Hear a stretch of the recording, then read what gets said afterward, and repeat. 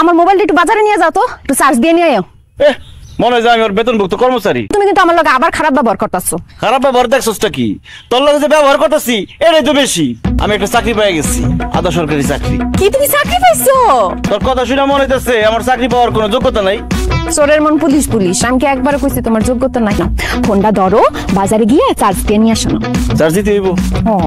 1 ঘন্টা সিরিয়াল দেখা থাকতে হইব। নাও না।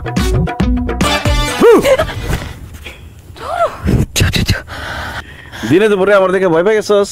দিন দুপুরে ভূত দেখলে তো ভয় পামই। কি? আমি ভূত? আমি পেতনি হইলে তুমি ভূত না? এই লজিকে ভূত হইতে আমার কোনো অসুবিধা নাই। তা মিস্টার ভূত এত খুশি কেন? এটা এসে পড়ছে। নেটের কথা শুনে তোর চেহারার বাত্তি এরকম ডিবা গেল কেন? নেট এসে পড়ছে, এখন কি আমার কথা তোমার মনে থাকবো? সারাক্ষণ নেট নেট নিয়েই থাকবা।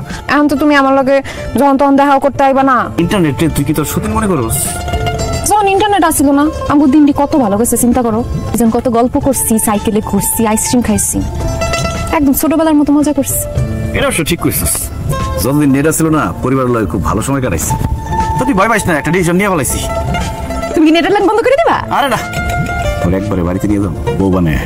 দাদি তো খুব খুশি, তোর লগে যে আমার একটা চক্কর চলতেছে এটা নাকি সে আগেই বুঝতে পারছে। দাদি তো বুঝবোই, দাদির বয়স হয়েছে না। বিয়ার পরে এত নেট নেট করুন যাইব না। আচ্ছা ঠিক আছে, নেট নেট করুন, কিন্তু সারাক্ষণ খালি বউ বউ করুন।